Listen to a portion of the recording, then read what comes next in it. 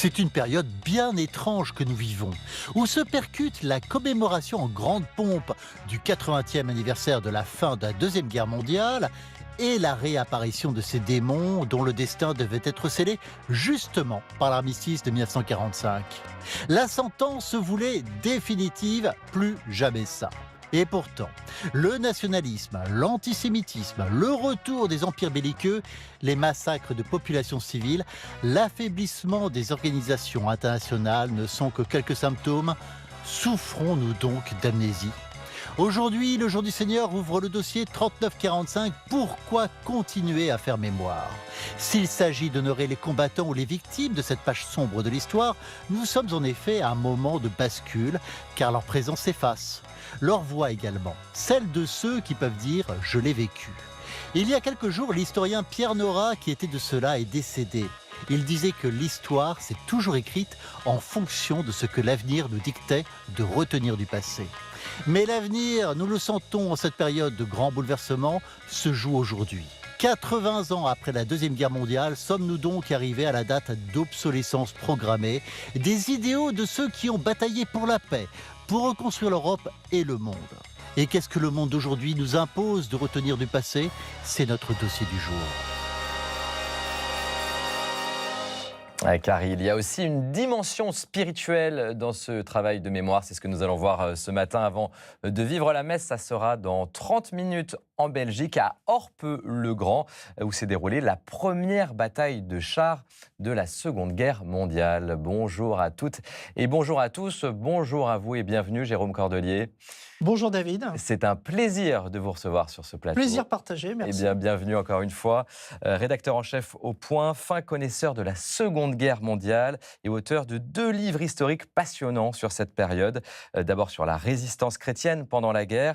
L'espérance est un risque à courir. Phrase magnifique de Bernanos, titre magnifique.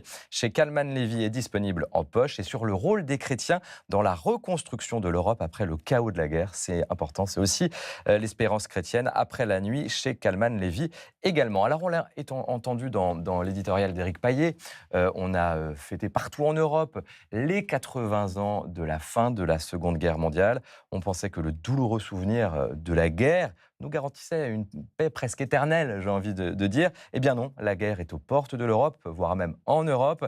Les empires belliqueux reviennent, les extrémistes de tous bords ont le vent en poupe. La mémoire de la guerre nous protège-t-elle encore d'une possible guerre à venir, Jérôme Cordelier ?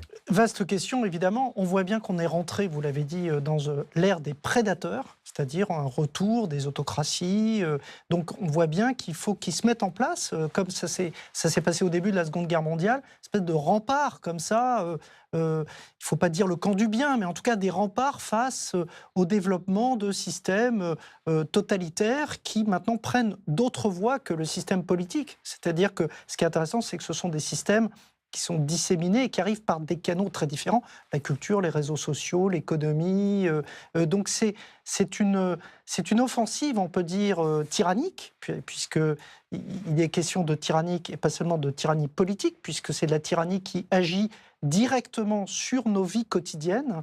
Eh bien, parce que sur nos intériorités aussi, c'est une tyrannie intérieure. Exactement. Vous voyez le débat actuellement sur faut-il interdire les réseaux sociaux aux moins de 15 ans. Bon, on voit bien qu'il y a une tyrannie qui s'est mise en place et à laquelle des esprits libres, si on peut dire, il faut s'armer spirituellement, comme on s'est armé au début de la guerre, essayer d'incarner ou de mettre en place une résistance spirituelle face au développement de ces nouvelles barbaries. Et il y a aussi la mémoire, le souvenir. On ne progresse jamais sans mémoire, on n'évolue pas sans une mémoire complète et lumineuse. C'est ce que disait le pape François dans cette très belle encyclique Fratelli Tutti, tous frères. C'est très intéressant cette idée de la mémoire. Il nous dit que la mémoire finalement c'est essentiel pour l'avenir. La mémoire est vivante. La mémoire est vivante, la mémoire c'est important, mais comme vous le dites dans cette expression, la mémoire est vivante, il ne faut pas que la mémoire, ce soit des célébrations, des commémorations où tout le monde se fait plaisir, si on peut dire, avec des belles images. Et puis, parce que, évidemment, c'est assez fédérateur, la mémoire. On l'a vécu ces dernières semaines. Ce qui est intéressant, c'est aussi de voir le mal en face. C'est ce qu'a dit le pape, d'ailleurs, Léon XIV, quand il est arrivé sur la loggia. C'est ses premiers mots, hein, le mal ne vaincra pas. Et donc, il faut voir le mal en face. Le mal est bien différent aujourd'hui qu'il le fut dans le passé. Alors, à quoi ça sert de faire mémoire, cette expression, le travail de mémoire, le devoir de mémoire? Qu'est-ce qui se joue pour aujourd'hui quand on fait mémoire? Déjà, se joue ne pas oublier.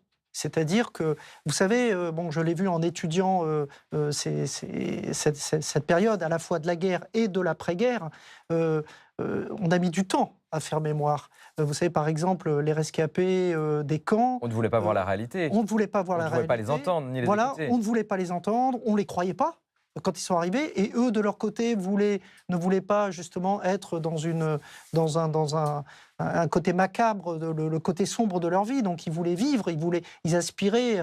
Enfin, j'ai fait ce livre avec cette résistante Jacqueline Fleury-Marié, qui est aussi important. Et elle on la retrouve. Hein. On la retrouve dans ce livre, merci David.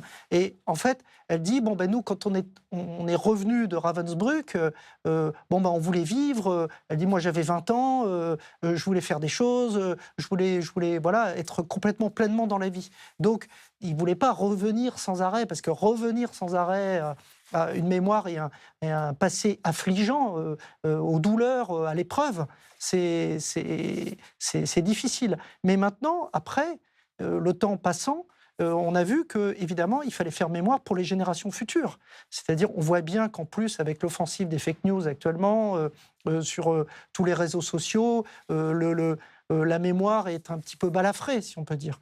Et donc, il faut justement faire mémoire pour ne pas oublier, mais il faut, comme vous l'avez justement dit, faire une mémoire vivante. C'est-à-dire considérer que le mal aujourd'hui n'est pas le mal d'hier. C'est-à-dire il prend d'autres formes et il faut les distinguer, il faut les discerner, ces formes. Je vous propose tout de suite, Jérôme, de faire mémoire en Normandie, dans une célèbre petite commune, à Sainte-Mère-Église, première ville libérée par les Américains et les Anglais en juin 1944, après le débarquement. Depuis 17 ans, une marche pour la paix est organisée par la paroisse catholique. Voilà un très bel exemple de commémoration et qui a du sens. Regardez, puis on en reparle juste après.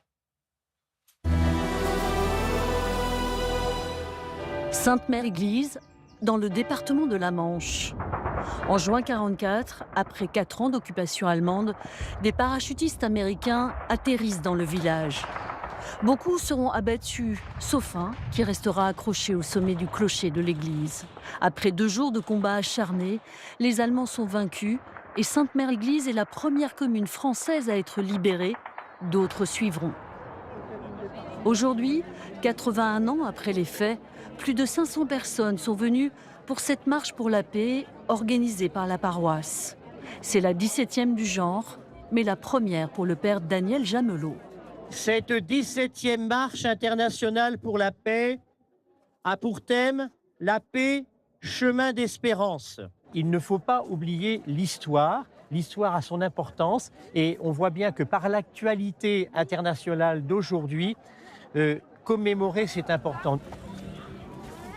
La paix n'est jamais acquise, c'est toujours en construction et quelque part, marcher pour la paix, c'est véritablement penser qu'il y a un effort à fournir. Dans la foule, Francine Noyon. Les garçons, avancez moins vite! À 79 ans, elle a fait toutes les marches pour la paix depuis leur création. Elle est chargée, avec 90 bénévoles, de son organisation. Les scouts en tête, s'il vous plaît. Fille de résistants, cette marche est plus qu'un symbole. Pour nous, commémorer, c'est également transmettre le flambeau aux jeunes générations. Et ce que l'on fait à notre niveau, effectivement, c'est petit, je dirais, mais si tout le monde pouvait en faire autant dans le monde entier, je pense que tout le monde se porterait mieux. Mathilde, elle, a 25 ans. C'est une enfant de Sainte-Mère-Église, mais c'est la première fois qu'elle participe à cette marche pour la paix. C'est important pour moi de commémorer parce que je suis passionnée de l'histoire de la Seconde Guerre depuis que je suis toute petite. J'habite dans une commune où il s'est passé beaucoup de choses. Enfin, l'histoire est assez importante. Et donc, à Sainte-Mère même, par exemple, ça s'oublie pas. Il y a beaucoup de monde qui viennent visiter et commémorer et apprendre l'histoire qui s'est passée. Ensemble, on est mieux. Ça me touche beaucoup de voir autant de monde marcher tous ensemble et d'être soudés. Et c'est surtout pour une bonne cause. C'est pour la paix et d'être plus forts tous ensemble. Pour tous, commémorer n'est pas seulement se souvenir, mais c'est aussi imaginer le futur autrement. Tout est mêlé dans ce beau reportage. J'aimerais, Jérôme Cordelier, vous faire réagir sur ce que disent d'ailleurs ces jeunes. C'est intéressant, ils s'approprient cette mémoire qui, à l'origine, n'est pas la leur, mais ça devient leur mémoire 80 ans après. Oui, c'est très important ce que dit cette femme-là, transmettre le flambeau. Donc c'est important. On a la chance d'être en France, en fait, hein, parce que la France est un pays de mémoire, c'est-à-dire qu'on célèbre. Il y a du monde, la télévision consacre beaucoup de choses, il y a beaucoup de sanctuaires, il y a beaucoup de lieux qui sont fréquentés, donc c'est important. Mais il faut aussi que cette mémoire serve le présent, si je puis dire, c'est-à-dire que cette mémoire puisse voir le nouveau mal en action, qui n'est pas le... En fait, c'est un coup de projecteur sur ce qui peut se passer aujourd'hui. Donc c'est évidemment, c'est important. La force du témoignage, ces personnes qui maintenant vieillissent de plus en plus. Enfin, je veux dire, les rescapés, il y en a de moins en moins. Il y en a même quasiment plus. Et donc, du coup, c'est important Mais je pense qu'il ne faut pas non plus être bloqué par cette mémoire. Alors, oui, je vois ce que vous voulez dire, mais est-ce que cette mémoire ne nous sert pas aussi à discerner le bien et le mal aujourd'hui? Vous voyez ce que je veux dire? Eh bien, je pense que, par exemple, puisqu'on parle de la Seconde Guerre mondiale, je pense que la frontière entre le bien et le mal aujourd'hui est vraiment très différente par rapport à cette période. Même si, évidemment, dans cette période, parce qu'en faisant mémoire, on refait l'histoire aussi, c'est-à-dire qu'il y avait un côté manichéen. Moi, je l'ai vu vraiment en étudiant la résistance chrétienne. Tout le monde croit, d'un côté les résistants, d'un côté les collaborateurs. Mais bien sûr que non. C'est beaucoup bien plus sûr gris. que non. Il y avait beaucoup de zones grises, y compris dans l'Église. Mais vous voyez, par exemple, le rôle de la mémoire et de l'histoire. Ça a été important sur l'engagement des chrétiens pendant la guerre. Parce que pendant des années, cette mémoire, elle a été confisquée par, on peut dire, une certaine historiographie très imprégnés de communisme, qui ont laissé à croire que, par exemple, les premiers résistants contre les nazis, c'était les communistes. Mais non, les premiers résistants contre les... Et en disant, mettons le focus sur le fait que l'épiscopat avait pactisé avec le régime de Vichy et avait beaucoup collaboré. Mais non, les premiers résistants chrétiens contre les nazis, c'était... les premiers résistants contre les nazis, c'était des chrétiens. Dès 1940. Et au nom de valeurs spirituelles. Voilà, et qui étaient la résistance spirituelle, les jésuites de Fourvière, Edmond Michelet, tout ça. Enfin, je veux dire, ce sont des gens qui s'engagent dès le début. Les communistes sont venus bien après. Il y a de très beaux portraits d'ailleurs dans ce livre, notamment vous lui avez consacré un autre livre. On va voir sa photo à cette dame, Jacqueline Fleury-Marie, et la voilà, qui est donc française, résistante, déportée en camp de concentration, mais survivante. Elle est revenue après la guerre et depuis, elle témoigne. Elle a beaucoup témoigné dans sa vie.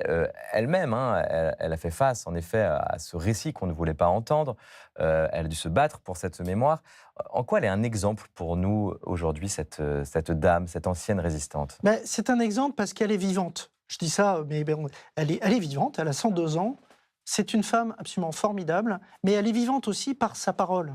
C'est-à-dire qu'elle elle regarde beaucoup l'actualité, elle s'inquiète de beaucoup de choses, mais dans ce qu'elle porte, elle est vivante. Donc c'est ça qui est intéressant, c'est-à-dire qu'elle ne regarde pas dans le rétroviseur, en fait. Et donc, c'est ce qui la maintient en vie, d'ailleurs, je pense. Mais donc, c'est ça qui est intéressant. Et puis surtout, elle transmet. Depuis toujours, elle va dans les écoles, elle a été... elle s'est occupée du concours national de la résistance. Elle a quel âge aujourd'hui? 102. Donc, c'est une femme vraiment extraordinaire. Et elle parle de l'avenir. C'est ça qui est intéressant. Elle parle du présent et elle veut surtout transmettre aux jeunes générations. Donc, elle porte le flambeau, comme disait cette dame dans votre reportage. Les chrétiens, on l'a vu d'ailleurs dans la paroisse tout à l'heure en Normandie, ils sont à l'initiative aussi de ce travail de mémoire, en tout cas certains devoirs de mémoire, de belles initiatives autour de la mémoire, du souvenir. C'est quoi la plus-value du chrétien dans ce travail-là pour vous? spirituel? Déjà, il y a une histoire chrétienne de la transmission de la mémoire. Donc, ils s'inscrivent dans une histoire importante, ancestrale. Donc, la mémoire, si on se peut dire, j'ai envie de vous dire, on la voit dans les cathédrales. Je veux dire, la superposition souvent des époques, ce fait que ces édifices restent très vivants. On l'a vu récemment quand même avec la réouverture de Notre-Dame, où toute la nation se réunit, et voire même le monde se réunit autour de cette commémoration. Donc, ce sont des édifices très, très, très vivants. Et puis, il y a aussi toute l'histoire culturelle chrétienne, j'allais dire, l'histoire sainte évidemment, mais aussi les auteurs chrétiens, les livres. Donc, on a l'habitude de ça. Voilà, il y a une espèce d'habitude à la fois de la mémoire, de la transmission, et puis aussi, j'allais dire, de l'éternité, quoi. C'est-à-dire que voir aussi qu'on n'est pas uniquement des enfants du hic et nunc, si on peut dire, parachutés dans le temps présent, mais qu'on vient d'une histoire que d'autres nous ont transmise et que nous allons à notre tour transmettre à d'autres. C'est très beau. Jérôme, je vous propose maintenant de partir en Allemagne, dans un ancien camp de concentration, le camp de Flossenbürg, assez méconnu dans l'histoire de la guerre. Et pourtant, 30 000 prisonniers y sont morts, parmi eux de très nombreux résistants et des Français. Je vous propose de rencontrer Sonia, qui a fait de la mémoire sa mission. Regardez ce reportage très émouvant.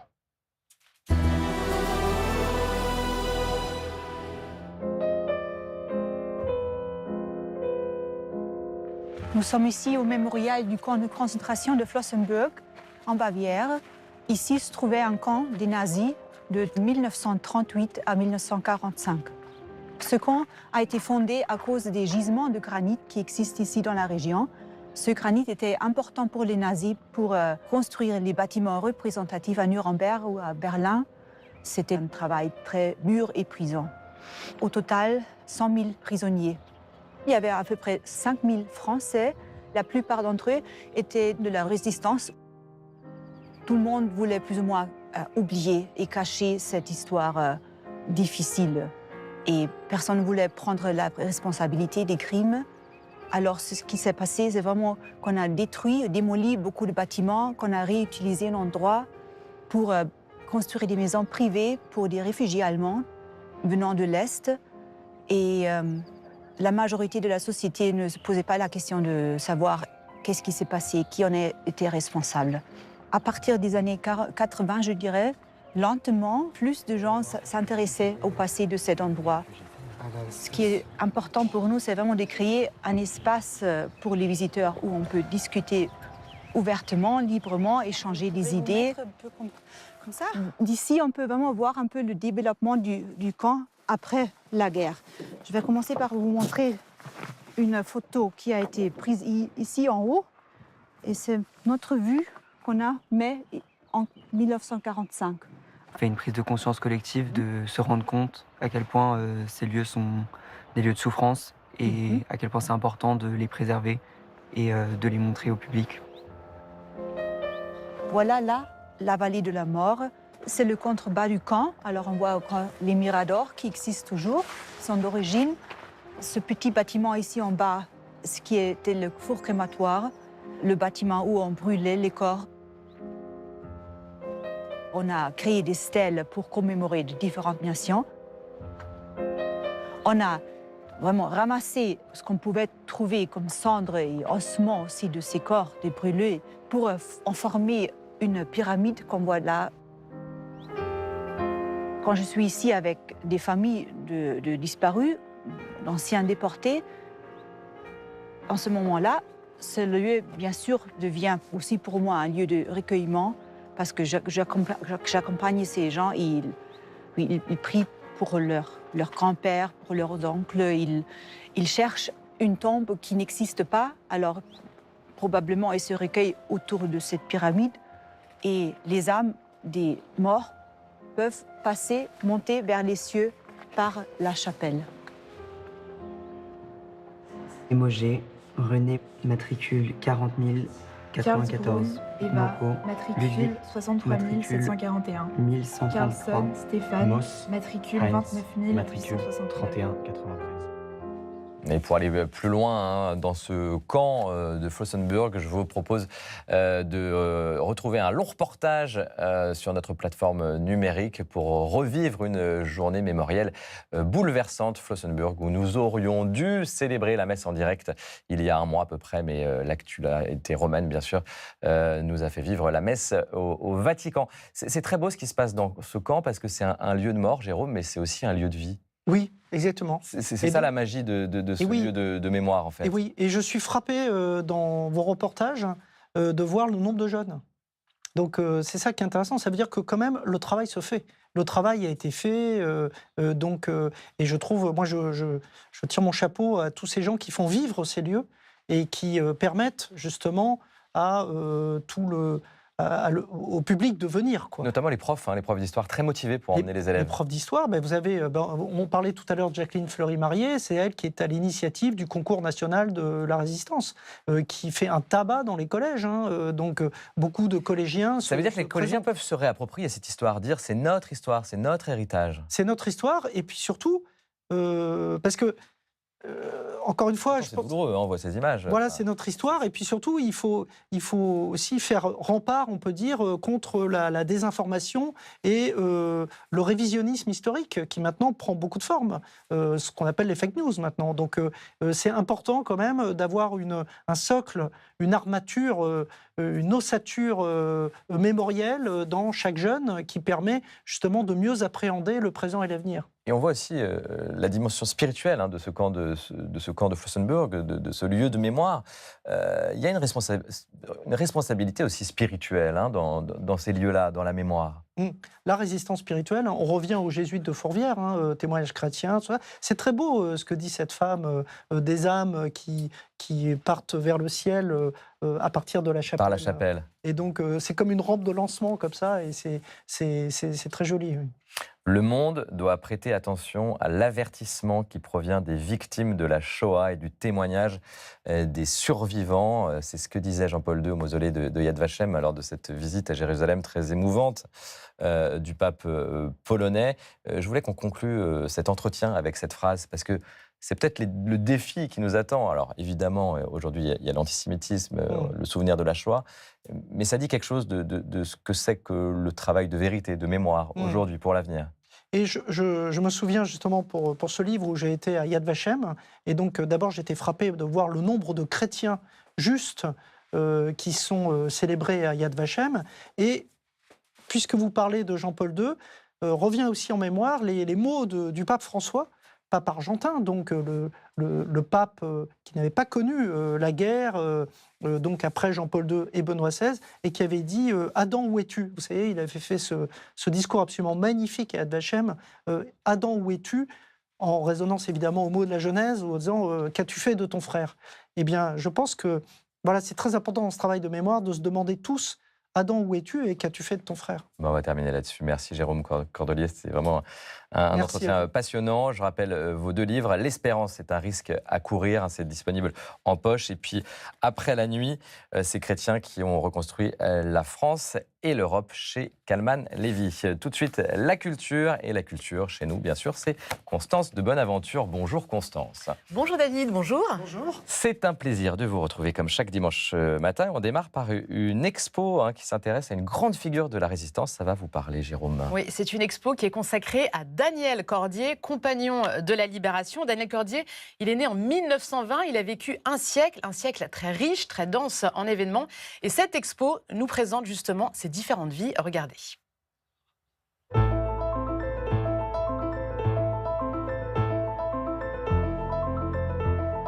fallait partir n'importe où pour continuer à se battre.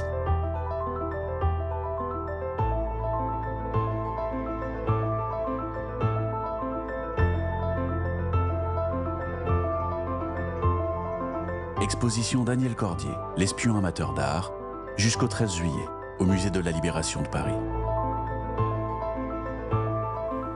Alors, le parcours revient d'abord sur cette figure, sur cet homme de la France libre, grâce à des archives secrètes sur Daniel Cordier. Il y a beaucoup de photos, des documents d'identité, des uniformes. Et puis, dans la deuxième salle, on découvre et on s'intéresse à la passion du jeune homme pour l'art contemporain. Alors là, vous voyez ici une photo de sa galerie qu'il avait à Paris dans les années 60. Et puis, il y a aussi beaucoup de tableaux de sa collection privée. Je rappelle qu'il a donné une grande partie de sa collection à l'État français. Et enfin, dans les années 70, Daniel Cordier se consacre à l'histoire. Pourquoi ? Eh bien parce qu'il veut protéger la mémoire de Jean Moulin. Il va se plonger dans les archives. Il sera d'ailleurs le biographe de Jean Moulin, et avant de rédiger lui-même ses propres mémoires. Donc c'est vraiment une personnalité, un esprit libre qui est dévoilé ici. C'est vraiment ce qui ressort de cette belle exposition. Daniel Cordier, l'espion amateur d'art. C'est donc jusqu'au 13 juillet au Musée de la Libération de Paris. Un livre maintenant qui nous plonge dans l'Allemagne nazie. Oui, Le chemin de la frontière de Grete Weil. Ça se passe en Allemagne dans les années 30. Monika Merton est une jeune fille issue de la bourgeoisie juive allemande de Munich. C'est une jeune femme idéaliste, curieuse, désinvolte. Elle tombe amoureuse de Klaus, son cousin, avec qui elle se marie. Et très vite, on sent au-dessus du couple, plane la menace nazie qui petit à petit va envahir le quotidien du couple, et leur mariage va se dégrader. Alors ce roman, c'est avant tout le récit de cette histoire d'amour tragique. On est aussi avec Monika et Klaus, on vit la montée du nazisme à la fois au sein des institutions allemandes, mais aussi dans les mentalités. Et ça, les personnages sont vraiment bien creusés. On voit dans l'entourage du couple que le nazisme était souvent perçu comme le seul rempart au communisme. Et puis on comprend qu'au début, Klaus et Monika ne comprennent pas très bien, ne perçoivent pas très bien la dangerosité, la gravité de la situation, jusqu'à ce que Klaus soit arrêté et que Monika, elle, s'exile à Amsterdam. Alors ce qui est incroyable, c'est que ce roman, il a été écrit en fait en 1944 par une Allemande, Grete Weil, que vous voyez ici, qui s'est inspirée de sa propre vie.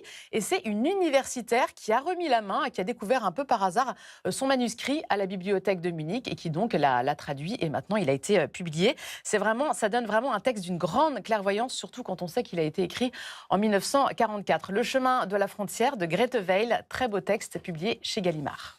Constance, on poursuit maintenant avec le patrimoine, comme chaque dimanche. Un peu de couleur d'été ce matin, ça fait du bien. Oui, nous partons dans le Tarn, dans l'ancienne abbaye de Sorèze, où se trouve aujourd'hui le musée Don Robert de la tapisserie du XXe siècle.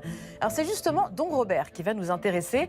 Moine de l'abbaye d'Ancalca, il fut un maître de la tapisserie contemporaine et il est l'auteur de nombreuses représentations animalières et végétales. Sa production regorge de scènes bibliques avec des printemps absolument fabuleux et toujours, vous le voyez, cette nature luxuriante.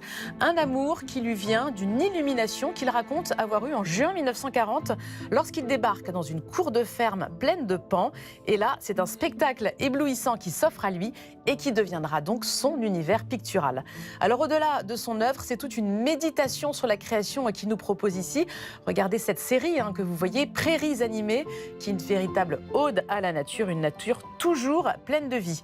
Alors j'ajoute que le musée Don Robert fête ses 10 ans cette année. Pour ça, une expo célèbre un aspect plus méconnu de sa production artistique, la figure humaine, et c'est jusqu'au 25 septembre prochain. Ouais, c'est vrai que Constance, ces couleurs font du bien en ce début d'été. Merci Jérôme d'avoir été avec nous ce matin, mais restez encore pour la messe télévisée que nous vivons en direct maintenant en Belgique, à Orpe-le-Grand, une ville qui a été le théâtre des premiers combats de chars de la Seconde Guerre mondiale. Merci par avance à la RTBF pour ce direct. À tout à l'heure, belle célébration à chacune et à chacun.